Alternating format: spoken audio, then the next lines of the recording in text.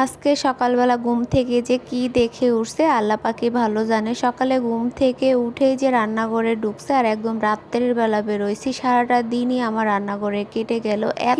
এত রান্না করলাম, সেগুলো নিয়েই থাকছে আজকে আমার ফুল ভিডিওটা। আসসালামু আলাইকুম, সবাই কেমন আছেন? আশা করি ভালো আছেন। আলহামদুলিল্লাহ আমরাও ভালো আছি। আজকে সকালে নাস্তা হয়েছে বিভিন্ন রকম সবজি দিয়ে, লেটকা, খিচুড়ি। প্রতিদিন একই রকম নাস্তা দেখা যায় খেতে ভালো লাগে না, এই জন্য ভাবলাম তাহলে আজকে একটু সবজি দিয়ে খিচুড়ি রান্না করি। যে পরিমাণে গরম পড়ছে এর ভিতরে তার বোনা খিচুড়ি খাওয়া সম্ভব না, যার কারণে লেটকা খিচুড়িটাই রান্না করলাম। আর সবজি দিয়ে এইভাবে লেটকা খিচুড়ি রান্না করলে খেতেও অনেকটা ভালো লাগে। তাছাড়া কয়েকদিন যাবতই ইচ্ছা করতেছিল। এখন তো আর শীতকালের মতো অত বিভিন্ন ধরনের সবজি পাওয়া যায় না, যার কারণে হচ্ছে যতটুকুই পাওয়া গেছে ওইগুলো দিয়েই হচ্ছে সবজি খিচুড়িটা রান্না করছে। আর এটা ভাতের চাল দিয়ে রান্না করছে, পোলাও চাল কিংবা আতপ চাল দিয়ে রান্না করলে আরো বেশি ভালো লাগতো খেতে। তো এখানে খিচুড়িটা আমি বাগার দিয়ে নিছি। শুকনো মরিচ বেশি করে, রসুন কুচি আর পেঁয়াজ কুচি দিয়ে, সাথে কিছু ধনিয়াও পাতা দিছে আর একটু আচারও দিয়ে দিছিলাম, কারণ খিচুড়ির ভিতরে একটু টক টক হলে খেতে ভালো লাগে। আর জুড়া আচারটা এর ভিতরে মিলিয়ে দিছি আর বাকিটুকু আমি এখানে রেখে দিছি খিচুড়ির সাথে যদি আবার খাওয়া যায়। সকালের নাস্তাটা তো সবাই মিলে খাওয়া দাওয়া শেষ করলাম।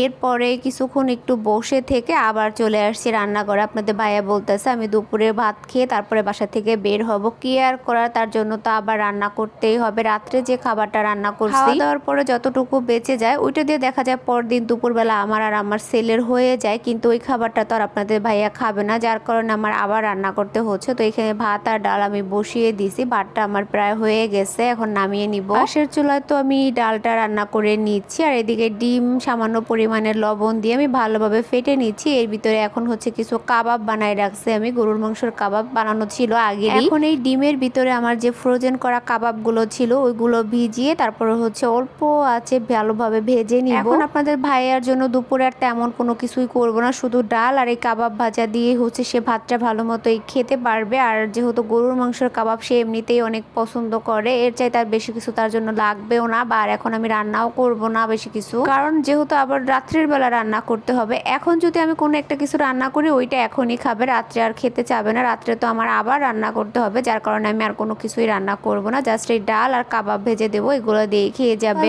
রাতের যে তরকারিটা আছে ওইটা দিয়ে আমি আর আমার ছেলে খেয়ে নিব। এখানে ডালের পরিমাণটা একটু বেশি করে রান্না করছি, কারণ রাত্রে যেহেতু আবার রান্না করতে হবে, আবার রাত্রে রান্না করব, যার কারণে এখনই বেশি করে রান্না করে নিচ্ছি। যতটুকু খাওয়ার খাবে আর বাকিটুকু রাত্রে হয়ে যাবে। রাতের বেলা শুধু একটু একটা ভাজি আর একটা তরকারি রান্না করলে হয়ে যাবে। তো এখানে আমার ডালটা বাগার দেওয়া হয়ে গেল আর হচ্ছে পাশের চুলায় তো কাবাবটা ভাজতেছি। আর কাবাব যেহেতু ফ্রোজেন করা ছিল এগুলো হচ্ছে জাল বাড়িয়ে দিয়ে তো আর ভাজা যাবে না, যার কারণে আস্তে আস্তে করে ভেজে নিচ্ছি, যাতে ভিতরটাও ভালোভাবে ভাজা হয় এবং উপরে কালারটা